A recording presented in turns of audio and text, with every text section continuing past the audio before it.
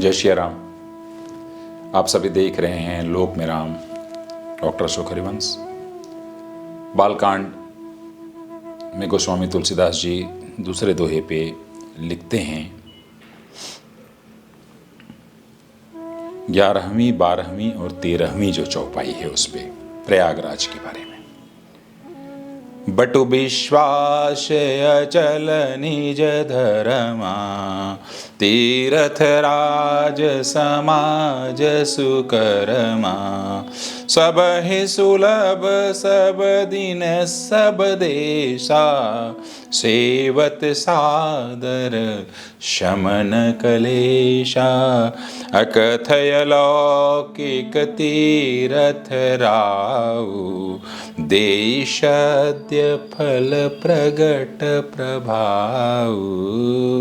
संत समाज जो प्रयाग में हैं, अर्थात संत समाज जहाँ भी प्रयाग बन जा रहा है वहाँ हैं, वे धर्म में अटल विश्वास करने योग्य हैं। धर्म उन्हीं संत समाजों से ही चलता है। इसीलिए भौतिक रूप से जो तत्समय में प्रयागराज में संत समाज हैं, वे जो संत समाज हैं, ऐसा मान लीजिए कि जो वट वृक्ष है प्रयागराज में, वो वट वृक्ष हैं, उनकी शाखाएं हैं, और वही वट वृक्ष विश्वास का प्रतीक है।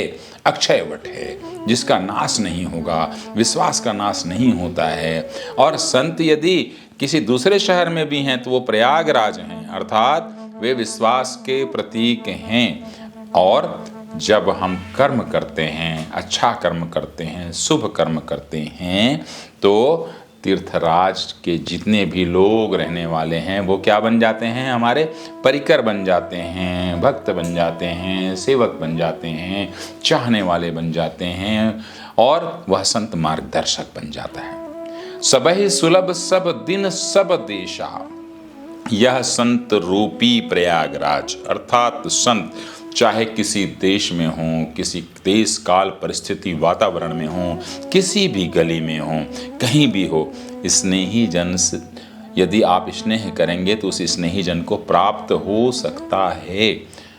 आवश्यकता इस बात की है कि आदर पूर्वक उस संत को पहचानें और उसकी सेवा करें, तब वह प्राप्त होगा। और यदि वह संत प्राप्त हो गया तो आपके क्लेश मिट जाएंगे। सेवत सादर समन कलेशा, कलेशा बहुत ही महत्वपूर्ण शब्द है। संत समाज कितने प्रकार के क्लेश होते हैं ये समझना पड़ेगा।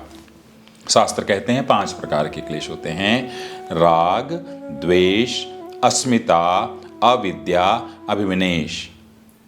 राग के साथ द्वेष जो है भाई बहन की तरह चलता है, और अविद्या और अस्मिता, जातीय अस्मिता, भाषाई अस्मिता, इस तरीके की अस्मिता होती है जिसमें अभिमान का थोड़ा सा पुट होता है। और अभिनिवेश माने मृत्यु का भय खत्म हो जाना चाहिए। जब ये 5 क्लेश आप समाप्त कर लेते हो, तब जा कर के आप इस श्री राम कथा को सुनने, पढ़ने, समझने के लिए आप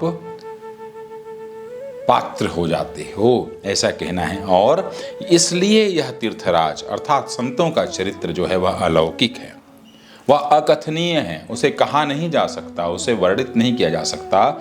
और यह जो चरित्र है तत्काल फल देने वाला होता है।